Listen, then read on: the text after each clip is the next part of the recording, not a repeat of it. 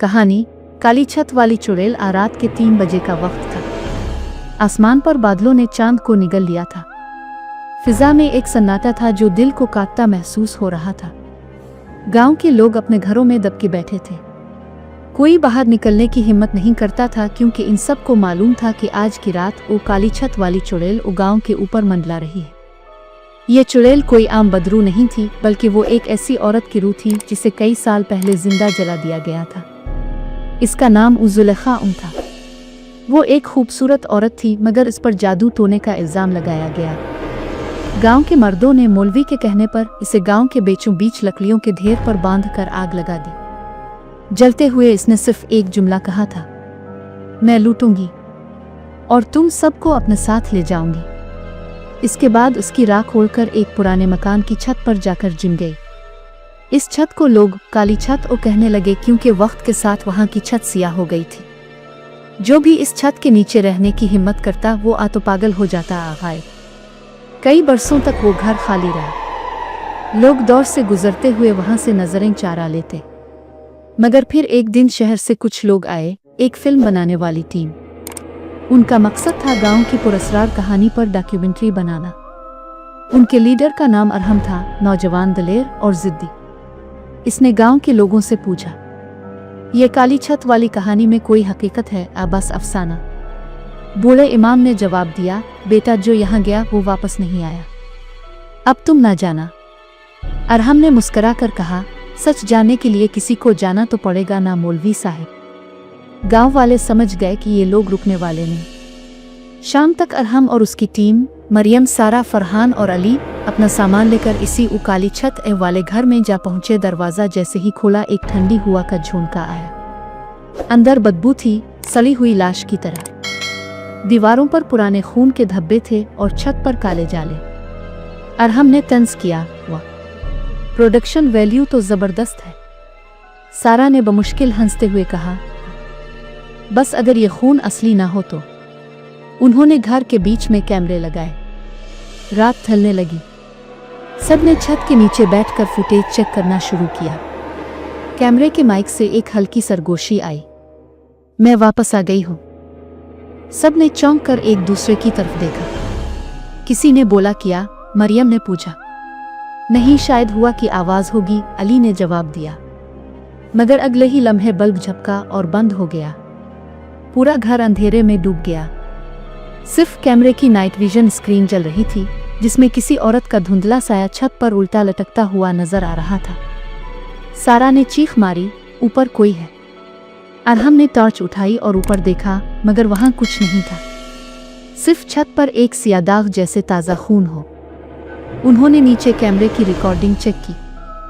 Frame में साफ दिखाई दिया, एक औरत के लंबे काले बाल, चेहरा जलने से सियाह, आंखें सफेद और जुबान लंबी लटकी हुई। वो कैमरे के बहुत करीब आकर मुस्कुराई थी। ये क्या बकवास है? फरहान ने कैमरा बंद कर दिया। ये एडिटिंग का इफेक्ट तो नहीं? मरियम ने कांपती आवाज में कहा। अरहम ने कहा, सब हौसला रखो, ये बस एक इत्तेफाक है। लेकिन इस वक्त फर्श के नीचे से जैसे कोई रींगने की आवाज आई। वो सब चुप हो गए। आवाज करीब आती गई और फिर एक हाथ फर्श की दर्द से बाहर निकला, सियाह जला हुआ, नाखूनों में मिट्टी भरी। सब पीछे हटे। फिर वो हाथ फर्श को तोड़कर बाहर निकला और उसके साथ एक बदन, आधा जला आधा सड़ा हुआ। जुलेखा की लाश, जो अब चुड़ैल बन चुकी थी। इसकी आंखों में सफेदी के अंदर सुर्खी घूम रही थी। तुम लोग मेरी नींद में आए हो? इसकी आवाज किसी गिड़गिड़ाते हुए तूफान की तरह गूंजी। फरहान भागने लगा, मगर दरवाजा खुद बंद हो गया। चुड़ैल की जुबान लंबी होकर फरहान के गिले के गिर्द लिपट गई। वो तड़पता रहा, सांस बंद होने लगी। बाकी सब चीख पड़े। अरहम ने कुरान की तिलावत शुरू की, अऊज़ बिल्लाह मन और शैतान और रजीम। चुड़ैल ने गुस्से में चीख मारी, ये अल्फाज, ये मेरे जलने की सदा है। वो दीवारों पर चढ़ने लगी, बाल झूलते हुए। मरियम ने पानी की बोतल से छींटा मारा, मगर वो पानी जैसे भाप बन गया। सारा ने चीख कर कहा, ये जादू से नहीं, ईमान से मरेगी।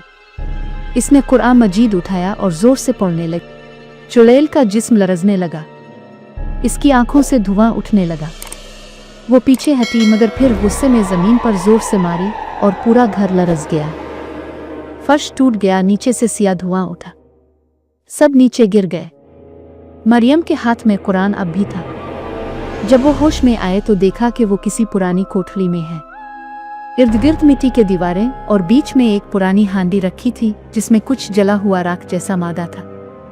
अरहम ने राख को छुआ, जैसे ही छुआ इसके कान में एक आवाज़ गूंजी, मुझे क्यों जलाया?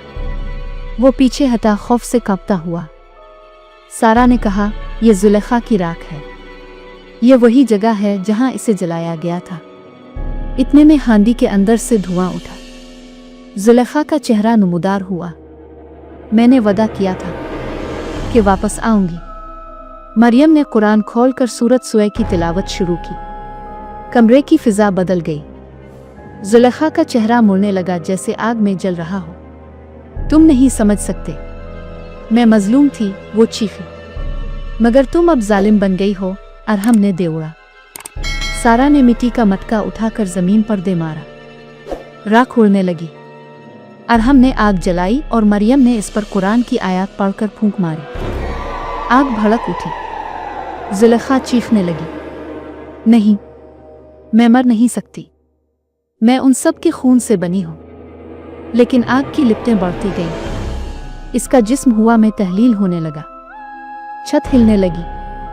चुड़ैल की आखिरी चीख इतनी भयानक थी कि सारा घर लरस गया। धुआं दीवारों में जज्ब हो गया और फिर एकदम सन्नाटा। जब सुबह हुई तो गांव वाले देखने आए। काली छत अब राख हो चुकी थी। वहां सिर्फ जली हुई लकड़ी के टुकड़े थे और बीच में एक कुरान मजीद बंद हालत में रखा था जिस पर धूल जमी थी। अरहम, मरियम, सारा और अली जिंदा थे, मगर फरहान गायब। किसी ने इसे दोबारा नहीं देखा। अरहम ने गांव के इमाम को बताया, चुड़ैल खत्म हो गई है। इमाम ने सर हिलाया, नहीं बेटा, बदरूहें खत्म नहीं होती, वो जगह बदल लेती है। इसी रात जब सब सो रहे थे, गांव के दूसरे किनारे पर एक औरत नजर आई। बाल लंबे, चेहरा आधा जला हुआ, और वो आहिस्ता आहिस्ता किसी खाली छत की तरफ जा रही थी। चांद बादलों में छप गया और फिजा में एक सर्द आवाज गूंजी, मैं वापस आ गई हूँ। खात्मा।